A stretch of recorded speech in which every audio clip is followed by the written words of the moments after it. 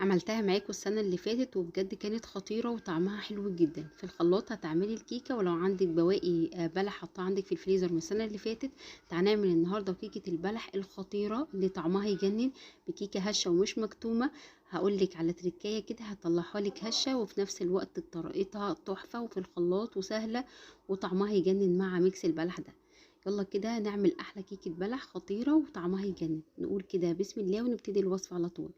اول حاجه بكرمل السكر، كوبايه من السكر بكرملها بدون اي ميه ولا اي حاجه، ما بلمسهاش. اول ما بتبتدي تفك معايا وتديني لون ذهبي ببتدي ان انا اقلبها لحد ما كريستالات السكر تدوب تماما. في الوقت ده بضيف ربع معلقه من السمنه وبديها تقليبه، وبعد كده اكون محضره الصينيه بتاعتي او يكون مدهون كويس سمنه، وبعد كده بضيف الكراميل وبوزعه في قاع الصينيه بالشكل ده كويس قوي وبركنه على جنب.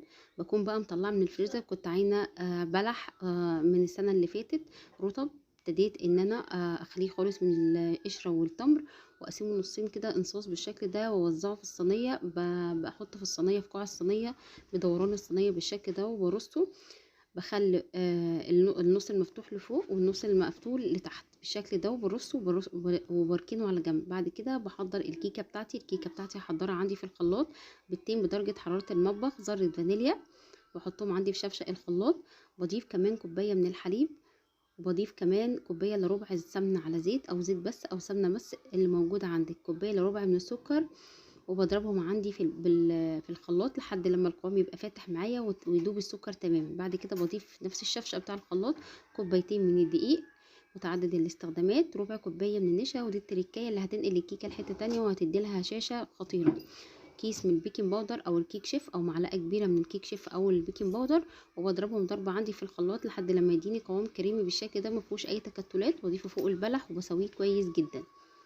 بكون مولعه الفرن على درجه حراره 180، بتقعد معايا على الرف الاوسط 40 دقيقه بس، وبتطلع معاكي خطيره. شايفين طالعه معايا لونها ذهبي ومرتفعه وخطيره على طول. وهي طالعه من الفرن على طول بقلبها لان الكراميل هينشف معايا ومش هيديني القالب اللي شفتوه في اول الفيديو بالشكل ده. بقلبها على طول وبتديني الشكل اللي انتوا شايفينه ده، خطيره مكرمله. الكيكه مرتفعه وهشه ومش مكتومه تماما، والبلح عندي مكرمل بطبقه الكراميل اللي احنا حطيناها. بجد خطيره، جربوها هتعجبكم جدا.